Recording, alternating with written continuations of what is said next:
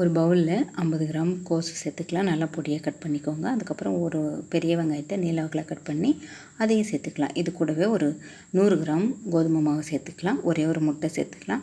முட்டை வந்து ஆப்ஷனல் தான், வேணுன்னா சேர்த்துக்கலாம், இல்லைனாலும் ஒன்றும் பிரச்சனை இல்லை. அதுக்கப்புறம் உப்பு சேர்த்துக்கலாம். காரத்துக்கு தனி மிளகாத்தூள் சேர்த்துக்கிறேன். உங்கள்கிட்ட பச்சை மிளகாய் இருந்தாலும் சேர்த்துக்கோங்க. அதுக்கப்புறம் பொடியாக கட் பண்ண கொத்தமல்லி கருவேப்பிலை சேர்த்துக்கலாம். இது எல்லாத்தையும் சேர்த்துட்டு தண்ணி சேர்த்துட்டு நல்லா ஈவனாக கலந்துடலாம். இந்த அளவுக்கு நல்லா கலந்து எடுத்துக்கோங்க. அதுக்கப்புறம் சூடு பண்ண தோசைக்கல்லில் இது போல் மெலிசா அடை மாதிரி ஊற்றிட்டிங்கன்னா சூப்பராக ரெடி ஆகிடும் கோஸ் அடை.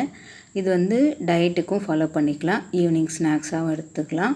காலையில் டிஃபன் கூட எடுத்துக்கலாம். சூப்பராக இருக்கும். இதுக்கு கெச்சப்பும் இல்லைன்னா மிளகாப்பொடி வச்சு சாப்பிட்டிங்கன்னா செம்ம டேஸ்ட்டாக இருக்கும் சாப்பிட்றதுக்கு. இந்த கோஸோட வாசனையே இல்லாமல் இருக்கும். கோஸும் உடம்புக்கு சேர்த்துக்கிட்ட மாதிரி இருக்கும். நல்லாவே இருக்கும் டேஸ்ட்டு. ட்ரை பண்ணி பாருங்கள்.